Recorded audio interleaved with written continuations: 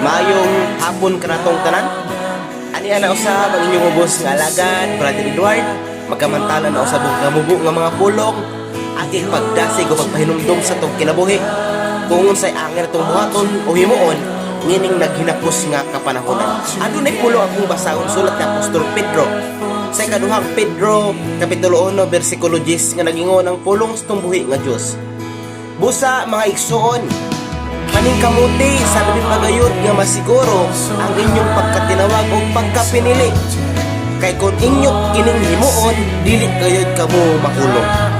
Arang kanindot sa pulong sa atong buhi nga Diyos. Atong hinumdumay igsoon o higala, gipili na kita sa Ginoo, gitawag kita sa atong buhi nga Diyos. Pero sa atong pagkatinawag o pagkapinili ni kalibutana, dili ta magsalig. Kaya doon na pa'y panahon nga matagak ta, malaglag ta, o mahulog ta sa mga kamot sa Ginoo. Kaya nagiun man ang pulong sa atong buhi nga Diyos. Busa mga igsuon, paningkamuti.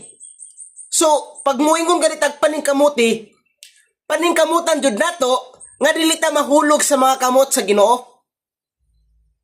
Oh, gipili na ta, gitawag na ta sa tong buhi nga Dios. Sa wala pa ta mataon ining kalibutana, dito pa ta sa taguangkan sa atong ginikanan.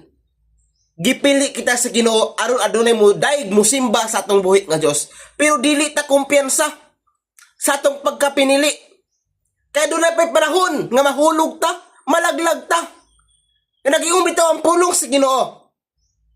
Paningkamuti sa labi pagayod nga masiguro. Nganong ato ang paningkamutan nga masiguro ang atong kinabuhi diha sa Ginoo. Kaya nagingon sa last verse,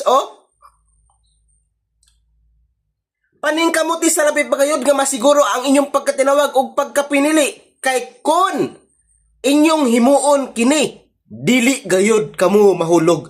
So kung atong himuon nga sa kanunay dut-dut ta sa pagalagad sa tong buhi nga Dios, dili jud kita mahulog, meaning kalibutan. Praise the Lord, hallelujah. Og hamubo lamang ang pulong sa Ginoo inaot natong nasabtan. Praise the Lord. Mayong hapon kanatong tanan usbon ko.